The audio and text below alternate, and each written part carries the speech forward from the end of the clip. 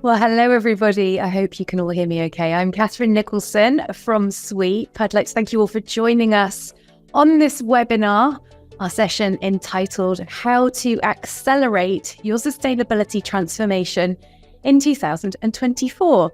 A lovely New Year topic, which I'm going to be moderating for you today. I'm looking forward to some really fantastic insights from our expert panel and questions from all of you joining us in our online audience.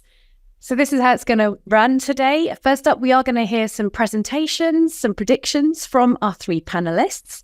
Then we'll open things up for questions to all of them so we can drill deeper into their insights and predictions. I want to encourage all of you to join in with the webinar by asking your questions. You'll see the Q&A box down at the bottom of your screen. If you hover down there, you'll see Q&A in the control panel. We have set aside at least 20 minutes for questions, so please don't hesitate to add yours. And just to let you know that this webinar is being recorded, and we'll share the recording and the slides from the presentations with you afterwards. So let's first up introduce our expert speakers to you all.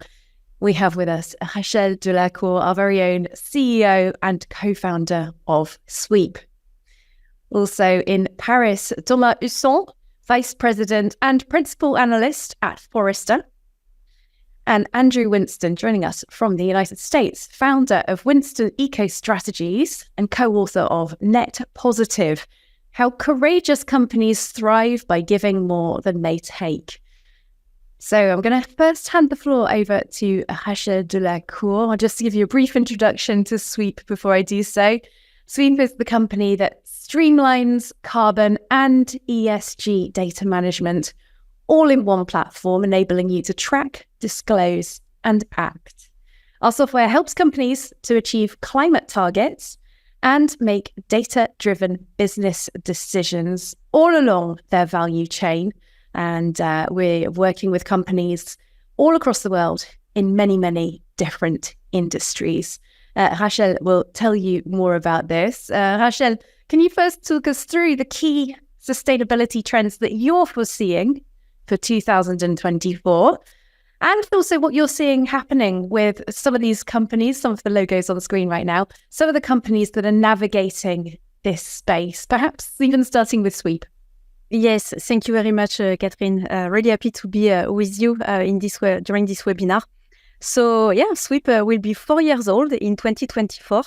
We are a growing company, widening our scope of what we can do and how many companies we work with. But the principles remain the same, since 2020, since we started Sweep. Data is the key to unlocking carbon ESG transformation for companies, no matter which industry or sector they operate in. So it's about granular, transparent, usable data managed using business intelligence principles on a secure and highly adaptable platform. So anyone in our audience who has struggled with mountains of Excel spreadsheets will agree it's not just about creating a report. It's really about having a good backend which enables you to fully understand and manage your data, inputs, and outputs definitely. So Sweep is all about that dynamic aspect, using data to go on a climate journey, on a responsible journey, not about the static, not just about creating a report which has low usability. It's all about actionability. And when it comes to that exercise of, sustainability trends in 2024, so we have plenty. We have to sum it up, for you today. But of course, top of mind, it's a CSRD. And other regulations which are here, like SFDR as well, and new ones, which will soon arrive and which we are preparing for, like tracking your impact on biodiversity as well.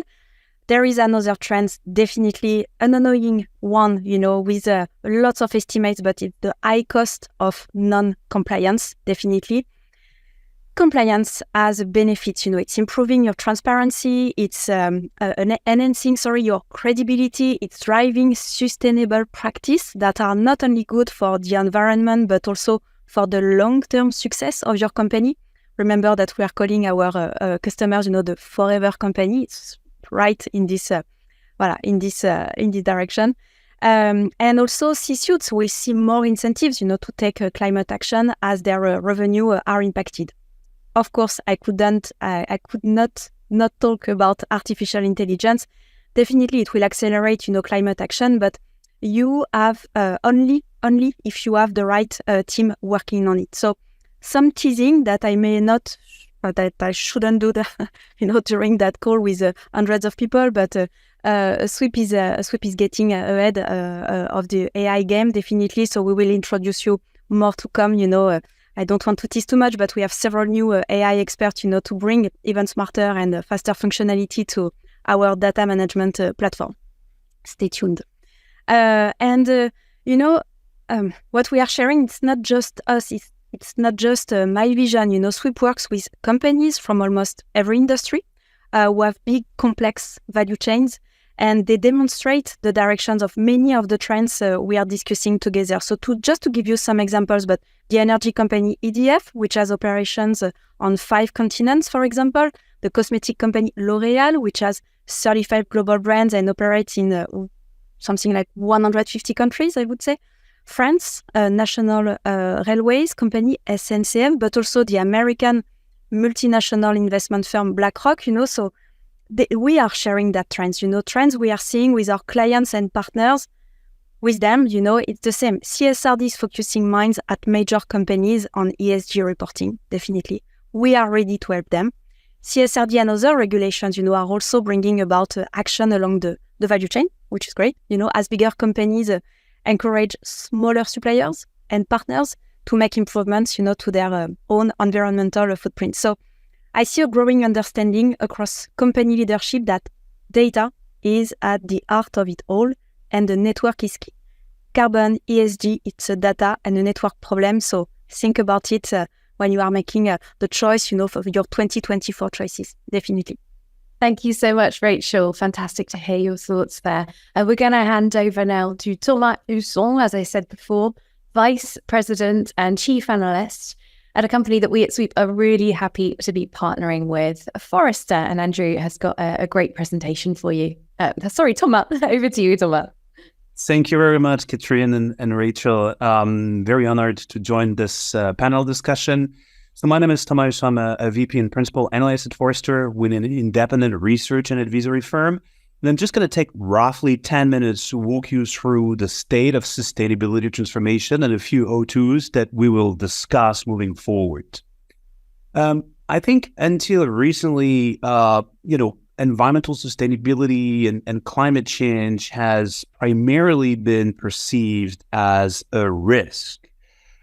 If you look at a couple of months ago, a report from AXA Future Risk Reports, you see the ranking here, the top 10 risks the world is facing, emerging risks. That's according to experts. Climate change ranks number 1. You've got energy risk, number 5. Natural resources and biodiversity loss, number 6. That's from an expert perspective. But if you ask the civil society, anything related to climate change ranks number 1.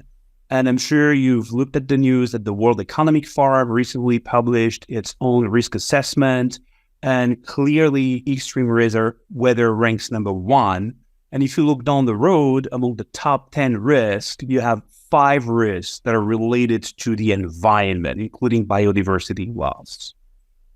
My point and Forrester's perspective is that to move the needle and to make sure that businesses will accelerate their own transformation, you can't just talk about risks. You also need to highlight business opportunities. And at the end of the day, we believe that the green market revolution, and I'll talk to it a bit more in a minute, will be driven by business and physics. So it's not just about ethics and what is good for a company and how they can contribute to society and to the environment they depend on, but it's also that there are significant business opportunities. Don't get me wrong, I'm not saying it's going to solve the problem and it's enough. There are actions to be taken by governments and by individuals and by citizens. But from a business perspective, it's easier to move faster when they see the big opportunities moving forward in terms of, how we get around, things around electric vehicles, how we move, how we heat and cold our environment, how we plug in, how we finance assets and so on. And as you can see from the graphic here, the opportunity is quite significant. By 2030, we expect about $8 trillion to be spent annually. That's probably not going to be enough, but that's going to be about 6% of the global GDP, 5.8% to be specific, which is going to be the double of the GDP for the spend on the GDP as of today. So significant opportunities moving forward. But it's not just about business, it's about physics. We live in a world with limited resources, as most of you know. And as you can see from the right part of the graphic here, from those of you who are familiar with the 9 planet boundaries, 6 have already been crossed, according to the Stockholm Resilience Center. And here, again, it's not just about climate change. It's also about, for example, blue water and green water, about land system change. And there are some opportunities, some optimisms to have in the sense that a couple of years ago, ozone depletion was considered as a barrier that had been crossed. And as you can see here, it's one of the 3 that has not been passed yet. So that's the reason why at Forrester, we believe that a green market revolution is at play. And we believe it's beyond the same scale as industrial revolutions in the past. So if you look at this visual comparing, the green revolution and the previous industrial revolutions on the next slide here, you can see that there are some analogies to be made. And our perspective is that that's the same order of magnitude, the same scale. It will change everything we do, from what we eat to how we move, and it will have major social impact moving forward. And back at the time in the 18th and 19th centuries, governments as well have invested significantly in the infrastructure and have evolved their regulation. So it's still too early days, unfortunately, and we need to move faster. But I think it's important for businesses to bear that in mind. Now, having said that, we have interviewed close to 5,000 business and technology leaders, and I want to share with you the results of this survey about their business priorities. Where do they rank some priorities? So let's look at the results on the graphic that you see appearing right now. Well, unsurprisingly, when it comes to organizations' most important priorities, when you look at the top 10, it's still about anything that has a direct link to profitability. Growing revenue, reducing cost. No big surprise here, given the tough macroeconomic context we live in. But when you look at improving environmental sustainability, it's still in the top 10, which is good. The question mark is how to make sure that this priority can also help companies reduce their cost. And we've seen that with the reduction in energy costs, and the decarbonation of some energy and some limitation around waste. It's also one where there were revenues for the consumers who are ready to pay a premium for greener products. So there are opportunities on both fronts. The challenge is to demonstrate both, at least for the boards, for the top executives, to demonstrate that, yes, businesses can be both profitable and sustainable. And there are a bunch of examples of companies that have transformed on that base, and they're leading the way. I'm thinking of firms like Nexans, to some extent, Saint-Gobain, you mentioned, Rachel, earlier, L'Oreal. They're starting to deeply integrate sustainability into their approach. Some extent, Apple is moving in that direction with some announcements around greener products. They're not perfect, but they're on the path towards sustainable maturity. And that's why we created this maturity ladder. If you look at the next slide here, you'll see the different stages, if you wish. And we know it's a multi-year sustainability transformation journey, like digital transformation or customer experience transformation before it.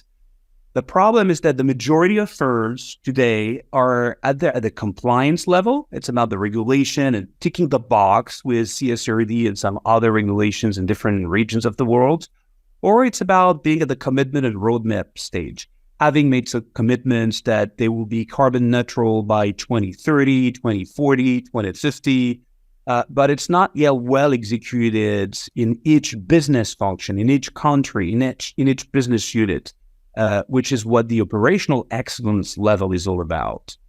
And then you've got a more mature stage, which is about disruptive innovation. You think about environmental sustainability as a way to solve more systemic problems and also to enter adjacent markets and to launch new offerings and new solutions.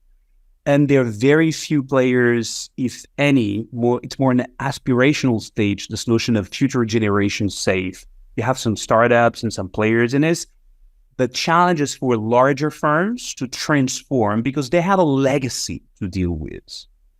And I want to share with you an example of a firm that we would consider to be more advanced than others.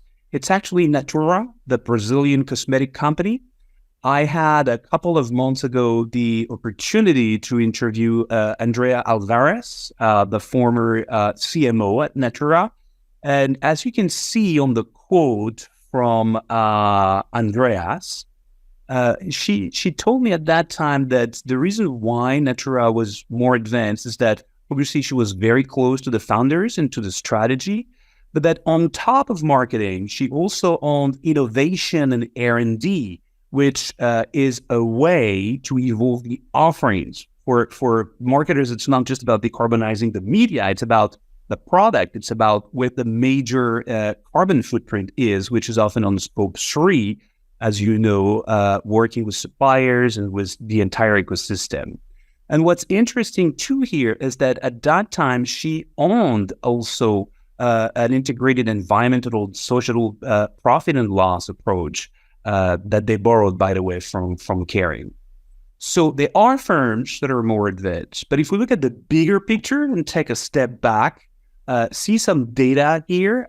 It's data that is a year's old and we'll publish soon the new results. But it clearly showcased that among the larger companies, the global 200 companies, European firms are more advanced in their overall approach of reporting and having scope 1 and 2 and scope 3 emission reduction targets, actually more than twice than the global average. These numbers have evolved, but by and large, 1 in 10 company is really in a position to fully measure scope 1, 2, 3 onwards and onwards. And as you pointed out, Rachel, at the core is data. So what's helping companies to move forward? We've looked at this across the different geographies. So I'm not going to spend too much time on the next slide, but I just want to showcase what's across the different regions, what is moving the needle. Customer sentiment, investor demand, employee demand. You see this varies quite a lot, and it's important for, the brand, obviously, to have employees who consider that their company is walking the talk. But consistently across geographies, it is about compliance.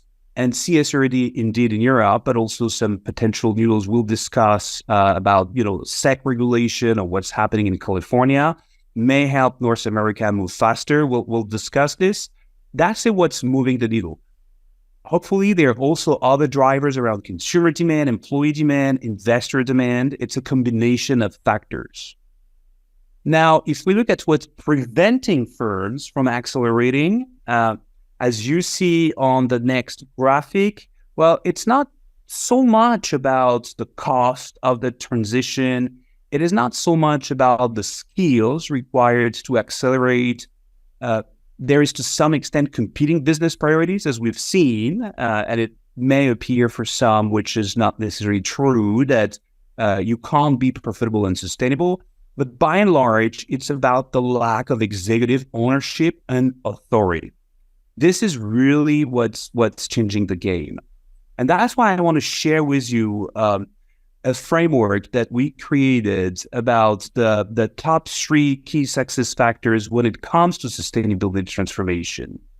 And number 1, when it comes to integrating sustainability in your strategy, which, by the way, is slightly different than having a sustainability strategy, is about bold leadership. So as you see on this graphic with the 3 pillars, bold leadership is really on the next slide here, is really what is changing the game.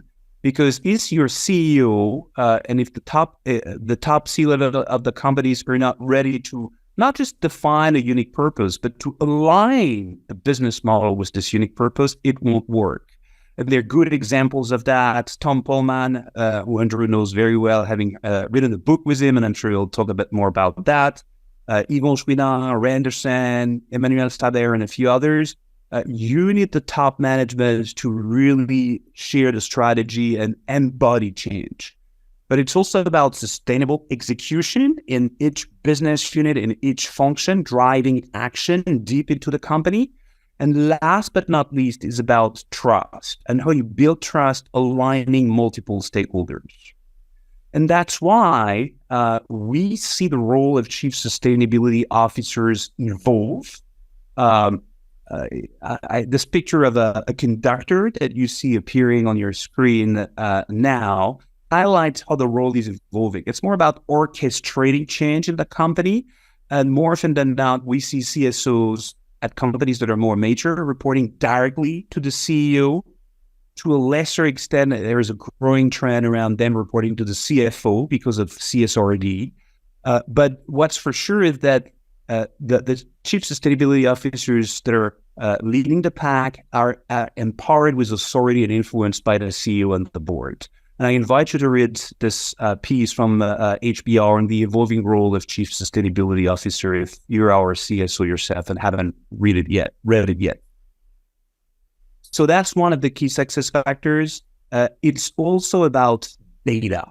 As Rachel pointed out, the kind of KPIs that are reported vary quite a lot across different industries. I'm not going to go into the details here for the sake of time, but I just want to highlight on the next slide the importance of data and measurement. That is really the backbone of everything.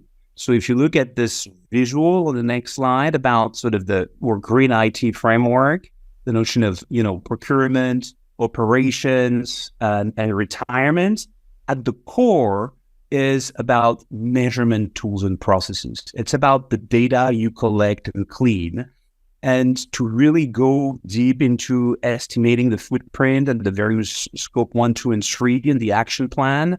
At the end of the day, you need to go at the product level, and you need to gather this information through a network, working closely with your suppliers and your ecosystem. So one may wonder, what's at stake with all these emerging technologies, especially AI. So I'm going to briefly conclude by this to hand over to Andrew. So we published a report last year called the Dr. Jekyll and Hyde, like the dual role of emerging tech, because the externalities of emerging technologies can be quite complex. There are positive and negatives when you look at things like blockchain and Bitcoin and, AR and VR and so on. So what matters is to really have good planning to ensure that sustainability benefits outweighs the risks. And I'm not going to go through each technology because it would take hours. I'm just going to be very laser focused on AI on the next slide, because we believe AI will supercharge the green market revolution. Of course, it has its own environmental impact, especially Gen AI, as you may have read in the news, but it opens up a number of different use cases, from data cleaning and processing, which is absolutely key, detecting the errors in, huge amounts of data, enabling greater transparency and control, greater productivity and reporting automation. At the end of the day, doing impact measurement at scale, or helping you decarbonize, finding the right scenarios to evolve your decarbonization pathways. And you don't always need, I know there's lots of buzz around Gen AI, but, some traditional machine learning algorithms do work very well. There is a company, you've got a logo here from Rungis Market. It's like the wholesale market for many restaurants and food services, fresh food services in near Paris. They work with a company named Califre, and Califre has very powerful algorithms that help predict and anticipate and optimize the supply chain of fresh foods and reduce the carbon impact. And they don't use Gen AI at all. And then you've got other startups like carbon farms using satellite images and injecting that into some of their models to reduce methane emissions of rice production. And it's not just about startups. You've got companies like John Deere that are already pretty good in terms of AI and data management, and they can move forward faster by leveraging AI and combining different sets of data, IoT sensors and satellite imagery to really accelerate on the decarbonation path. So just wanted at a high level to share some of these trends, and I'll join you later for the Q&A discussion. I'm handing over to you, Catherine, to, I believe, introduce the next step and Andrew. Yes, thanks so much, Tom, helping me out with the hosting there. Thanks very much for that presentation. It's given me plenty of food for thought for questions I want to ask afterwards. A reminder for our webinar audience, please do put your questions into the Q&A box. It's in the control panel down at the bottom of your Zoom screen.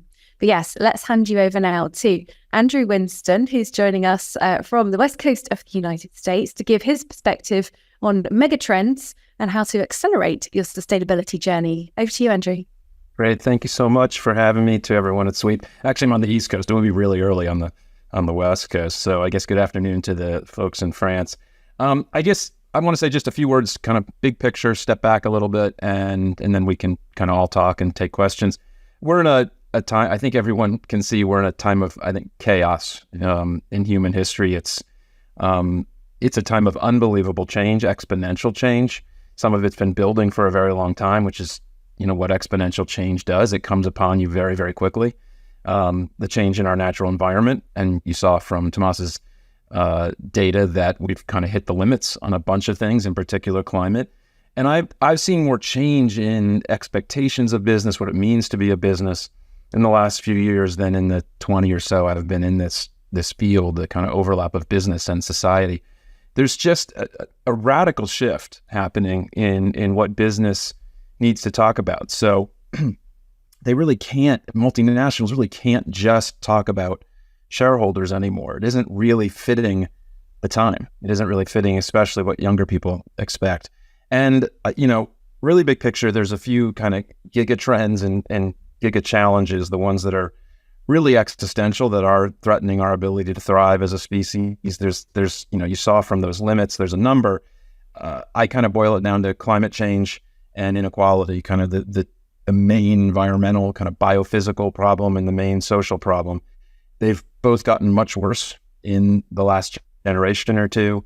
They're moving exponentially. Now, luckily, some of the solutions are moving exponentially. We've seen a remarkable change in the cost of the clean economy, of renewable energy, of electric vehicles and batteries, and it continues. And the amount of building of those markets over the last year or two has been profound and very noticeable. So for the first time in the last couple of years, you've seen more global investment in the green or clean economy than in fossil fuel economy. We've hit that tipping point. You have China in particular adding tremendous capacity and increasing the volume of the production of these technologies, which is bringing the cost down and down and down. So that's one of the kind of reasons companies should be engaging on these issues, is there's this entirely new market, multi-trillion-dollar markets in play to decarbonize the world. But there's really kind of two forces, I think, driving companies the fastest and the ones that are immovable.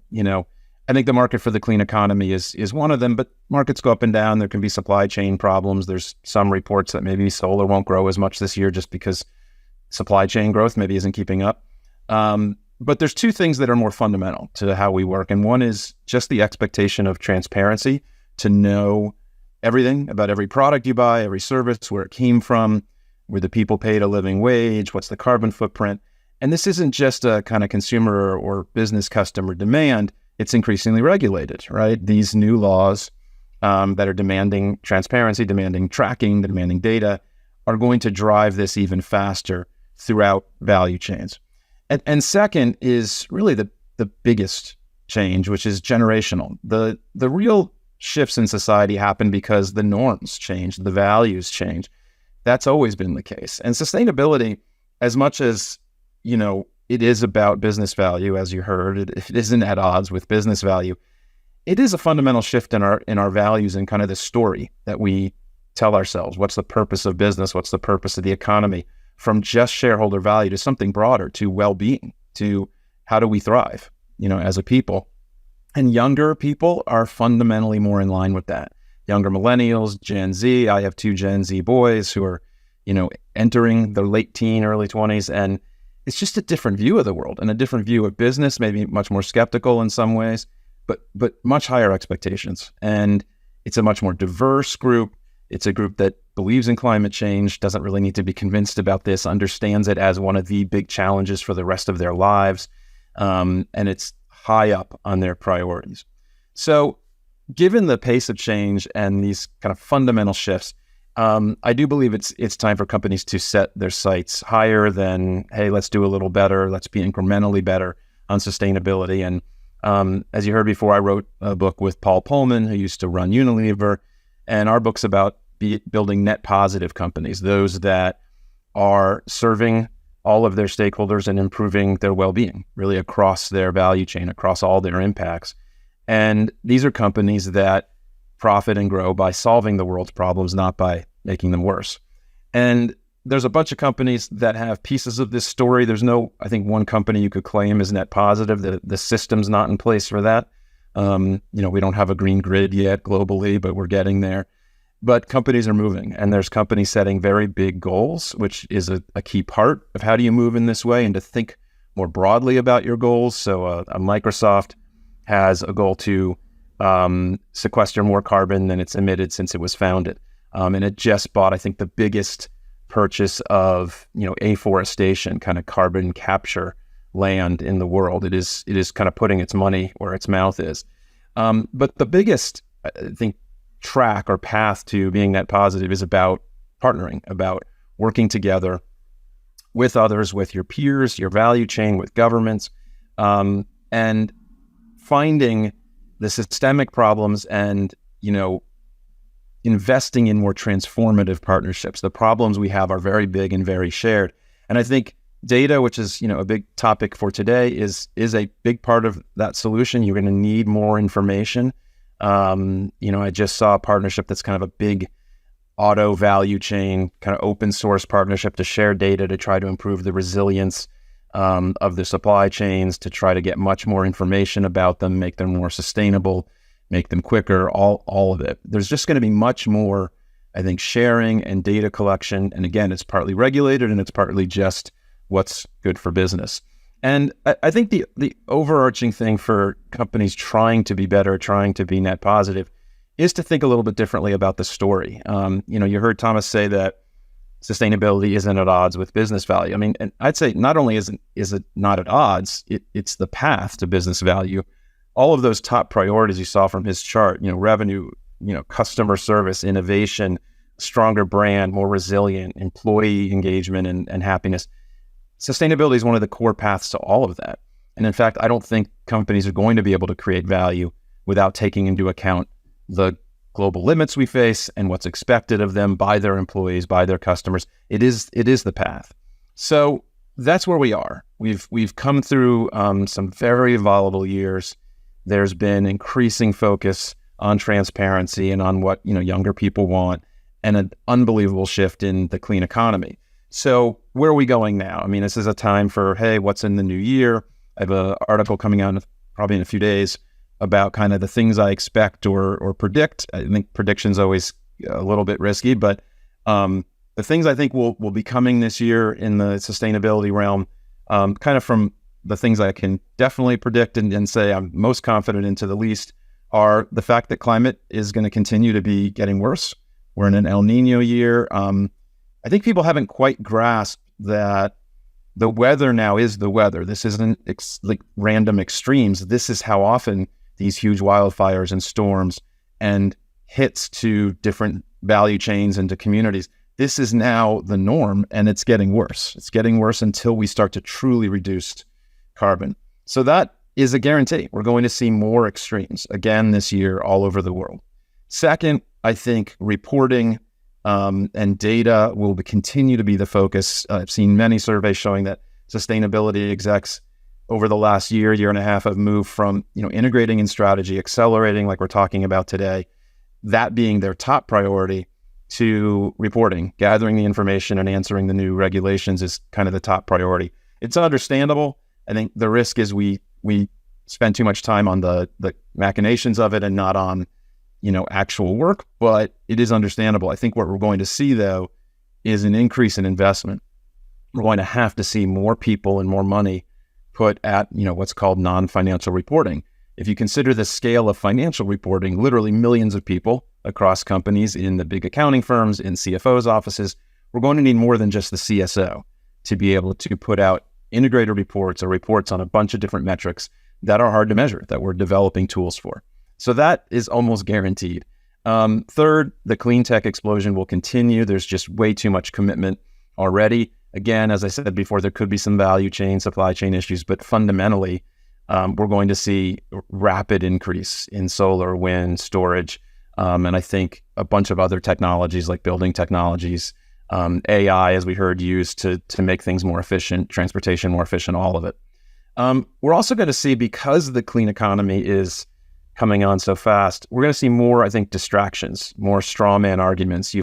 Over the last year or two, I've been amazed how much people will say, and I'll get questions about, well, aren't electric vehicles actually worse? Because, they plug into a grid or they have a footprint when they're built. And this is a classic example of a story kind of propelled from, frankly, I think the fossil fuel industry, that somehow EVs are worse. And it is honestly absurd. It is, EVs have a footprint because they're not magic. Of course they do. The batteries have a footprint, and it takes some time to make up some of that additional energy in making it, but it does over the life cycle. But it's far more than that. The footprint of a fossil fuel-based economy is just wildly higher than the footprint of a clean economy. There's lots of data on this, like orders of magnitude. So it's a distraction, and we're going to see more of that. We're going to see, well, we can't go too fast, or you hear people say, we can't just shut down fossil fuels, which nobody really is calling for. Maybe a few extreme NGOs, but that's not what people who are really making the clean economy happen. They're not saying we should shut everything down. That's not happening. And finally, I know there will be more partnerships. We'll see more of those over time. I think more around data, as we're seeing. And then my less, convinced predictions are that the anti-ESG efforts in the US, that the power of it will kind of start to wane as companies just continue to do their work. They'll still be careful in the US in particular, and we can talk about that more in Q&A, but I think it will wane. And finally, I'd say, elections are going to be critical, so I'll just predict Biden's going to win. I just said that to see if people are still listening. I have no idea, and I think people say they do, the pundits that will be on TV for the next 11 months, have literally no idea. We are in chaos, and we don't know what's going to happen, but over half the world is voting in the next year in some version of democracy, and some of them are not very free. The U.S. is obviously one of the most important elections, and the direction of sustainability, let alone many other things, will go radically one way or the other. But we're seeing that across the world. So those are the kind of, that's one of the big areas that companies are going to have to navigate. Where do they stand on some of these issues and on the elections? So let me leave it there, and we can talk and take some questions. Thanks so much, Andrew. I think you read my mind, because that question of politics was one of the ones that I was wanting to bring up in our Q&A as well. I see that several people have been putting questions in. Rachel's been answering some of those live. We'll come to your questions in a second. Before we do, though, I just want to flag up that a box should be popping up on your screen round about now. Just if you want to let us know if you'd like some more information about Sweep and the platform and the different tools that it can offer, either now or in a couple of months' time, just let us know by clicking the relevant option. So yes, as Andrew was saying, a lot of big votes coming up over the next year at least. As we were saying, the United States general election, the UK as well, and others. You were predicting, Andrew, that Biden's going to win, perhaps just to see if we were listening, as you said. We have seen as well in the United States quite a lot of pushback against sustainability and even against just the term ESG. Do you see this as slowing down sustainability trends? And just to let Rachel and Thomas know, I'm going to ask you the same question as well. Well, look, as I said, I think the power of it on some level will wane, because I don't think it's not very clear, frankly, that all of the rhetoric around it has slowed actual work that much at companies. Some things. But if you started to decarbonize or buy a lot more renewables because they're cheaper, you don't really care what the governor of Florida thinks. You're still doing it, right? These are capital investments. These things are moving. And as I said, your younger employees, customers, they care, right? So if you think about what drove companies to step into what people are calling culture wars, to try to reach out to the gay community, to diversify their companies, it's because it's good for business, right? The younger people are more diverse, just fundamentally. It is the demographics, and they're your employees, they're your new buyers. So I just don't think it's going to stop. Look, if we know one thing, it's that companies are going to do what makes them the most money. So I don't think they're really going to stop. In the U.S., there's certainly been what they call green hushing, people speaking a little less publicly, which I think it does chill action to some extent. I think it chills the kind of partnerships that we need, because it's really hard to develop system solutions if you're not talking, right? But I think it's happening behind the scenes more. The infrastructure, the gathering of the data, the hiring of companies like Sweep, right? That's continuing because they have to. And it is just better for their business. Rachel, could I just come to you? The CSRD, it's a law regulation that's been applied in the European Union, very different from the United States at a whole level. However, how much can we see this as being a game changer in and of itself? How important is the CSRD?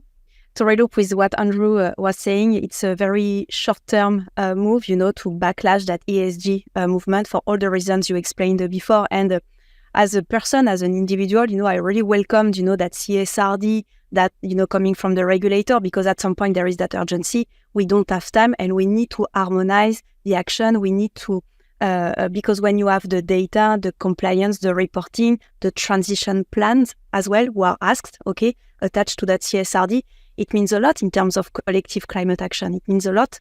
So yeah, there is some pushback, but many more ESG reporting requirements are happening now. In California, that SB 253, SB 261, 261, Germany's Supply Chain Act as well. So, and there is much more in the pipeline coming. So that's that reality that backlash is a short-term vision, about what should be a responsible path, as I told you when we are talking about our forever company as customers. So yeah, let's just remember that ESG is more than just carbon. We are at Sweep, we are preparing for compliance on biodiversity as well, for example. So this is a company has to have to embrace it, definitely. And fortunately, the role of technology, digital, is to oil that and to mask that complexity, to make sure that, we are helping that transitions as well. We are all doing our part, and digital technology has a huge role to play to ease that. Thanks, Rachel. Thomas, just coming to you. You talked about the opportunities to be seized by businesses. Wondering if you're saying, though, that companies that Forrester works with, are they actually seeing those opportunities in the same way that you are, especially with this quite complicated regulatory environment? Yeah, many are realizing the potential and work behind the scenes beyond, the ESG backlash that you sort of mentioned. And because, it's a revolution, it will happen whether we want it or not. And consumers and everyone will be forced to change their behaviors. So I think some have realized that, yes, anticipating this, even if there might be some slowdown in 2024, is going to become a competitive advantage. But don't get me wrong, it is complex. It can be, it's not an easy transformation. And if we do the comparison between the US and Europe, there might be some, I'm not going to say over-regulation in Europe because it's good, but when you collect more than 1,000 data points, companies need to understand that it's a tool to help them transform themselves, and that it's not, the stick. And in the U.S., with the Inflation Reduction Act, that has nothing to do with inflation. It's a good opportunity for businesses, and they've realized it, including some European companies who've started to think about moving their businesses, or at least the industrial processes, to the U.S. So yes, I think that's happening behind the scenes for sure. And I don't know who wants to take this question. It's come in on the Q&A from Marlene de Backer, saying, thank you for your insights, and asking, is there an equivalent of the CSRD in the United Kingdom and or in the United States? Are there any equivalents that people should be thinking about, being aware of? Yeah, I'll just quickly say, on some level, the equivalent is the CSRD, meaning companies are multinational. They can't really operate differently in different places. So, and the ISSB and, the international standards organizations are harmonizing these things. So the CSRD reflects, one region's specific, I guess recommendations is not strong enough, rules about this, but it is based on kind of, globally harmonizing standards. But you heard from Rochelle that California, which people like to say would be the 5th largest economy in the world, because it's true, has its own reporting, standards and rules. And the US SEC partly depends on the election, but is seemingly close to, as it's talked about for a year or two, mandating scope 1 and 2 tracking, if not scope 3 as well. So there's going to be more of this around the world, but the EU alone is driving the change, even if the SEC doesn't get their act together. Thanks, Andrew. Got another question that I want to put to you all from an anonymous or shy attendee on the Q&A, asking, what do you suggest companies do regarding biodiversity? The regulations on that are a little bit less clear at the moment, aren't they? I don't know if Thomas or Rachel would like to pick that up. TNFD, is starting to organize as well all the requirements when it comes to biodiversity. And the same way, rules has been organized, to put an equivalent of carbon on top of your business activity data. The same task force, have been working on the equivalent for biodiversity, to understand the impact. What is the impact on the from a company on biodiversity, but also the impact of less biodiversity on a business. Okay, how it's impacting it. What I see behind that with my prism of technologist and data person, it's that when you already have, there is already plenty of information in the information system of a company, regarding the square meter, the localization, the geographies, the kind of activity you are operating in, etc. And it means already a lot in terms of information available for your biodiversity score, I would say. Okay, so it's on. We've been building, that data platform at Sweep to make sure that we are also able to embrace what's coming, to help companies to understand, to calculate, their biodiversity impact. So it's in the pipe, at the moment. And fortunately, we have the regulators as well organizing it, harmonizing it, because those regulations, it's all about harmonizing the action. Okay, so, and this is what we need to make sure we are really comparing apples to apples from a continent to another. Thank you. Now, another big topic that you've all touched upon in your presentations was about technology, about innovations. I've got a question prepared for you, but Jean Binet, who's put one into the Q&A for us, and this one perhaps challenging to us at Sweep who love data. Data alone doesn't solve the problem, says Jean. Do you see the novel and innovative actions that are making a big impact among your clients beyond the usual power purchasing agreements and electric vehicles? Rachel, perhaps I might come back to you first, because data is so our wheelhouse here at Sweep. Yeah, so when you have the data, when you are able to play with the data, when you are able to involve, many of your stakeholders of the company, to read that data, the same way you are reading the possible action plan from a dashboard, who have consolidated all your business activity data, that same way you've been reflecting on, you've been making decisions out of the data with the experts that you have internally. That's the same way to organize the best climate journey, as long as you have the possibility to read in one single place the data, consolidated data, but also making some deep dive, in your value chain, for example, to understand the hotspots. So data alone is not enough, but it's already a huge milestone. When you have the data, after it's do you have the right governance within your company? Do you have the right expertise, stakeholders also to make the most out of this data, to make the right decisions, but for this, definitely one of the first milestones is to have the right tech stack, I would say, to organize that the way you will be collaborating with your value chain, with your suppliers, with your customers, with your employees, stakeholders, to act. Okay, which plan can you act? Companies and even acting on your sustainability matters. It's just people making decisions for any kind of business. All companies, it's just people and decisions. So, and it's the same for your transition plan, for your sustainability path. So, and data is key to make the right decisions and to correct your path if it's not the right way.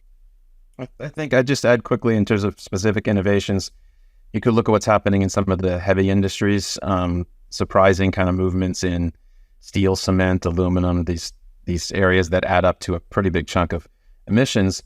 They are coming together as a value chain. They are developing new technologies. There are plants actually operating and being built to have drastically lower carbon footprint, and there's big buyers. There's one group called the First Movers Coalition. There's others like it that are kind of guaranteeing purchasing from their big suppliers. So there is innovation happening across really kind of old school areas. And you'll see across consumer products, lots of innovation on how do you reduce packaging or get rid of it? How do you deliver products in a different way? Experiments going on in kind of reusable cups across a city, across institutions. There's Starbucks just announced you can fill, starting I think this week or something, you can fill with your own cup. You can bring your own cup. Like there are kind of innovative, some seemingly small like that. Companies really trying to, I think, push the boundaries on how we normally do things. It is happening. And when you have the data, you have the benchmarks as well. So it means that you can iterate on what others did. Maybe you will do that better. So it's accelerating the way everyone is thinking about the problem. Thomas, can I have your point of view about this? Yeah, happy to. Data, other innovations, technologies, how it all fits together? Yeah, well, I completely agree with Rachel and Andrew that data and technology are extremely important enablers, but they're, alone, they're not enough. So I think there are two ways to think about it. One is to think about the notion of frugal innovation. My former colleague Navi Raju actually wrote a book about frugal innovation and low tech and, changing processes and evolving your approach. So there's a lot at play with the culture of organization, with this notion of employee engagement, and also, changing some behavior, some patterns. That's really important. On the other extreme, I think it would be a mistake to think that, technology innovation should be avoided because it's like techno-solutionism and it will solve everything.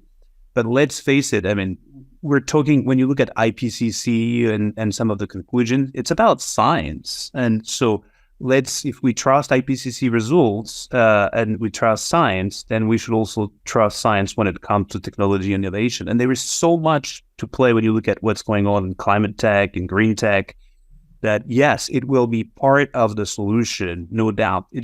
Technology is not neutral. So it depends on the usage, and what you make out of the technology. That was kind of echoing my slide, if you remember, about, Dr. Jekyll and Hyde and the dual role of technologies. Back to Rachel, talking about AI. It's a very powerful tool, potentially, if it's used in the right way. How could our webinar audience actually use AI to reduce their environmental footprint? Yeah. Innovations surrounding AI, definitely in the climate tech sector, will transform climate action. For example, how emissions are calculated. AI will accelerate and streamline the process, understanding, which kind of emission factors you should possibly attach to your business activity data to make precise, understanding of your real emissions, for example. So that means companies can get more precise data. AI will help, in that sense. So it allows them to definitely act quickly across their supply chain emissions, connecting all the dots. So a word of caution, still, AI can jumpstart, and scale your climate data analysis, but it's essential to have the right team, in place, the right experts, to understand the technology in order to effectively use it. There's no magic with AI. It's about accelerating your actions and the collections of data and how you are analyzing things, how you are finding your benchmarks, how you are using AI to propose you innovations, but you need to use it the right way with the right mind, as usual. Exactly. It's not just the right tool, it's about using it in the right way as well. I think we've just got time for a couple of the questions that have come in on the Q&A. We've got Maxime Bailly asking about the maturity of market and corporates of following financial contributions to tackle sustainability commitment and measuring the financial risk and opportunities from sustainability stakes. I think the main question is, what are the first steps for opening the questions to financial teams and financial experts? Is it, reworking the business model? I'd say, it's just to do a 1-minute version. I think the larger thing to do with the financial teams and companies is actually have that conversation about value creation. And really, I think that the problem in companies for sustainability often is just story. It's narrative. It's that sustainability always costs more. Which is just a burden that's put on sustainability that isn't put on really anything else. People say, oh, it's not always win-win, it costs more. And I actually don't fully understand the point. Everything costs more in business. You're going to make a choice about capital outlay in marketing or R&D or software or IT. They're all choices, right? So it's about, understanding sustainability investments as investments in the business, some of which pay off very quickly, doing a retrofit or something in a factory, and others that are longer-term investments, like everything in business. So I think part of it is working with the financial team and companies to think broader about their tools and how they think about ROI, IRR, whatever they use to make, investment decisions, and understand these really as investments in their people, in their sector, in their company. And that's just a mindset shift, more importantly than any one tactic. Got another quick question from Elodie Guérin. Perhaps for you, Thomas, you were speaking about organizational culture and the maturity of companies. Elodie says, what are the main issues related to organizational culture and or leadership that hinder your clients to drive this systemic transformation? Or perhaps if we change that, maybe could you give sort of 1 or 2 ideas of areas where transformation can start? Yeah, well, I think it's a lot about, training and explaining what's at stake and, empowering people, employees, anyone in the organization to come up with ideas and to make sure that there's an alignment. So you reduce the gap between the customer experience, so the perception that clients have of your organization, and the employee experience. The higher the gap, the more likely you're going to be greenwashing. The lower the gap, the more aligned you are, and the more likely you're going to walk the talk and have other employees, people willing to join this organization. So it's about embedding this in HR, in pretty much everything you do, in your goals, in your approach to this, and training, upskilling. And there's a lot at play when it comes to upskilling, especially when, Andrew referred to the financial team. With double materiality and so on, there will be a lot of upskilling to be made in finance organizations, I believe. Very fast transformation. And just type one very fast final question from Noah Al-Sadi on the Q&A box. Rachel, perhaps I'll put this one to you. With the anti-ESG wave taking hold in the United States, says Noah, do you see the role of investors in driving sustainability change evolving in 2024? I was thinking about some of the financial organizations that Sweep works with.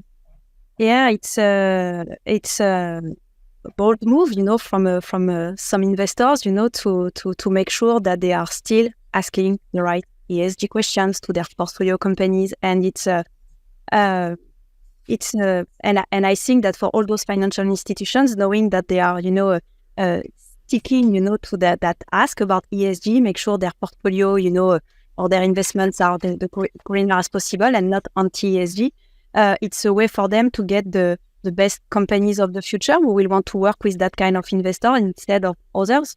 So it's thinking about the future, projections about who you want to invest in right now, today, on which terms, and the ones who are still keeping, their investments, very ESG centric, will be the ones who will attract the new commerce, the new companies who will need to be funded in the future, and the successful ones. Thank you so much. Thanks to all three of you. I'm afraid we are out of time now, but I found that so interesting. Thank you to everybody in the audience for being with us today, for asking all of your questions. We've got some questions for you. A questionnaire box should be popping up on your screen imminently. We'd be really grateful if you could just take a moment to click one of the options there. As I said, thanks very much to Andrew Winston, to Thomas Husson, and to Rachel Delacour. And thanks to everybody. If you'd like to see the webinar again and our presentation, it will be available. Will be sent around afterwards. So we do hope to see you again at another webinar in the future. Thanks very much. And goodbye from all of us. Catherine, for the moderation. Merci. Thank you, everyone. Thank you to the panelists. Merci. Bye-bye.